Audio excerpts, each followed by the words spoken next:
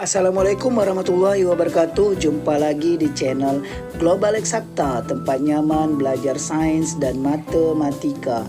Adik-adik, kali ini saya akan mengajak adik-adik untuk mempelajari tentang arah gaya Lorentz. Ini materi IPA kelas 9 SMP dan pelajaran fisika kelas 12 SMA. Jangan kemana-mana, tetaplah di video ini sampai habis. Bagi yang baru bergabung, mohon dukungannya agar channel kami terus berkembang dengan menekan tombol subscribe dan aktifkan lonceng notifikasinya agar tidak ketinggalan dengan video-video terbaru dari kami.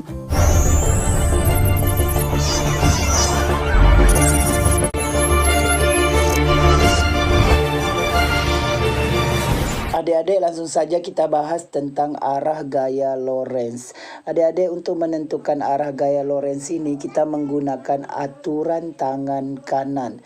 Oke adik-adik, bagi adik-adik kelas 9 SMP mungkin tidak asing lagi dengan gambar ini. Ini gambar saya ambil dari buku siswa terbitan Kemendikbud ya. Itu ada gambar 629 menentukan arah gaya Lorentz dengan menggunakan kaidah tangan kanan. Jadi adik-adik, untuk menentukan arah gaya Lorentz ini kita menggunakan tangan kanan. Hati-hati adik-adik, bukan tangan kiri ya. Oke, adik-adik lihat itu ya, kaidah tangan. Oke adik-adik, kita lihat gambar tangan itu ya adik-adik. Kemudian ada arus listrik itu ditunjukkan oleh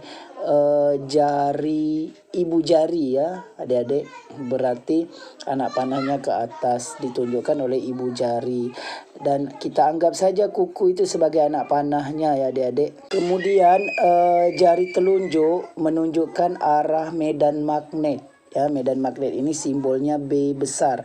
Kemudian jari tengah itu menunjukkan gaya Lorentz ya. Ini harus adik-adik ingat dalam penggunaannya, nanti akan saya arahkan adik-adik bagaimana cara penggunaannya. Oke adik-adik, kita lanjut ya adik-adik. Seperti yang kita bahas tadi bahwa untuk menentukan arah gaya Lorentz ini kita menggunakan aturan tangan kanan ya. Ibu jari itu sebagai kuat arus listrik ya, yaitu I. Kemudian telunjuk sebagai medan magnet yaitu B. Kemudian jari tengah sebagai gaya Lorentz yaitu F. Oke adik-adik, di sini saya gambarkan silang-silang ini. Kemudian ada tanda bulat terus titik di tengahnya ya. Ya, dot ya. Ini kita baca dot ya. Kalau silang itu masuk bidang kertas artinya. Oke, kalau titik atau dot ini keluar bidang kertas. Bidang kertas itu adalah gambarannya seperti ini adik-adik. Oke adik-adik, kita gunakan tangan kanan ya adik-adik. Ini ya tangan kanan, harus tangan kanan. Oke, coba lihat ini ada ibu jari. Ini menandakan kuat arus listrik ya. Jari telunjuk ini medan magnet dan jari tengah ini adalah gaya Lorentz. Oke. Kalau masuk bidang kertas ya, misalkan medan magnetnya masuk bidang kertas, berarti dia masuk ke dalam kertas ini seperti ini ya. Kita arahkan telunjuk kita masuk ke dalam bidang kertas ya. Ini masuk ya. Kalau keluar, balikkan ke arah diri kita. Oke ya, atau gini ya, ya harus tegak lurus ke diri kita. Ini namanya keluar bidang kertas ya, seperti itu adik-adik. Oke adik-adik, kita lihat contoh pertama ya. Ini tadi kan yang masuk bidang kertas, kalau medan magnetnya masuk berarti telunjuk yang masuk ya, seperti ini. Tapi kalau keluar ya seperti ini, ke arah diri kita ya. Untuk contoh yang pertama, medan magnetnya masuk ya, berarti seperti ini, masuk. Kemudian kuat arusnya ke atas, berarti ibu jari ke atas. Maka gaya Lorentz-nya ke kiri. Lihat ini anak panah warna merah ini, gaya Lorentz-nya ke kiri. Seperti itu adik-adik.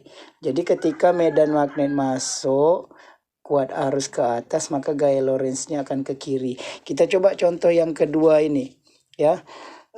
medan magnetnya masuk, arusnya ke bawah. Berarti telunjuk kita ke masuk, kuat arus, dia minta ke bawah ya. Tengok anak panahnya ke bawah, berarti ibu jari kita harus ke bawah arahnya. Berarti kita putar aja seperti ini. Tret. Ya, berarti ibu jari ke bawah, maka jari tengah kita ke kanan. Ya, jadi gaya Lorentz-nya ke kanan. Seperti itu adik-adik. Jadi kalau kita gambarkan gaya Lorentz-nya, maka gaya Lorentz-nya akan ke kanan seperti ini. Ya. Oke, seperti itu. Jadi medan magnet masuk, ya, kuat arusnya ke bawah, gaya Lorentz ke kanan. Seperti itu adik-adik. Kita lihat contoh yang ketiga ya adik-adik. Oke, di situ B-nya keluar, arusnya ke kanan. Ya, berarti telunjuk kita keluar, arusnya ke kanan. Telunjuk keluar gini, ke arah kita, ya kan? Keluar bidang kertas, berarti ke arah kita. Oke adik-adik, keluar, kemudian arusnya ke kanan ya. Berarti keluar, arus ini ke kanan. Tapi ini tetap posisi keluar. Maka jari tengah ini akan ke bawah ya adik-adik. Karena ini kan siku-siku, ini ke kanan. Ya, ini siku-siku dengan ini. Kalau ini ke sini berarti ini ke kanan, maka ini ke bawah. Karena saling siku. Jadi arah gaya Lorentz-nya ke bawah. Seperti itu adik-adik. Kalau kita gambarkan, jadi arah gaya Lorentz-nya ke bawah. Seperti itu adik-adik. Adik-adik kita lihat contoh yang keempat. B-nya masuk, kemudian arusnya ke kiri. Berarti telunjuk kita masuk bidang kertas, ibu jari kita ke kiri. Ya, ini masuk, kemudian ibu jari ke kiri. Tegak lurus ya adik-adik. Telunjuk kita masuk karena tanda silang B-nya. Kuat arus I ke kiri, maka gaya Lorentz atau jari tengah akan ke bawah. Ya adik-adik, seperti itu. Jadi kalau kita gambarkan gaya Lorentz-nya, maka gaya Lorentz-nya akan ke bawah. Oke, seperti itu adik-adik. Jadi penggunaan kaidah tangan kanan ya, harus tangan kanan untuk menentukan arah gaya Lorentz. Kemudian telunjuk ini sebagai medan magnet ya. Ibu jari sebagai arus listrik dan jari tengah ini sebagai gaya Lorentz. Oke. Kemudian kalau masuk bidang kertas berarti menembus ke bidang kertas menuju ke arah depan kita. Tapi kalau keluar bidang kertas maka dia akan menuju ke arah kita ya, seperti ini. Oke. Seperti itu adik-adik. Adik-adik, pada akhir video ini akan disajikan soal-soal latihan bagi adik-adik yang ingin memantapkan materi arah gaya Lorentz ini. Semoga informasi singkat ini membantu adik-adik siswa kelas 9 SMP yang sedang mempelajari IPA tentang gaya Lorentz. Kemudian kelas 12 SMA yang pelajari fisika tentang gaya Lorentz ini.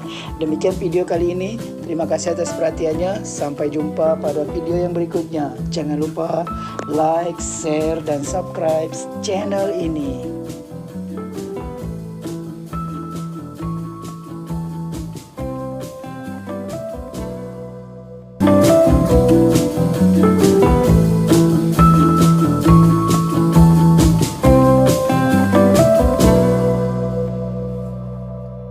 Thank you.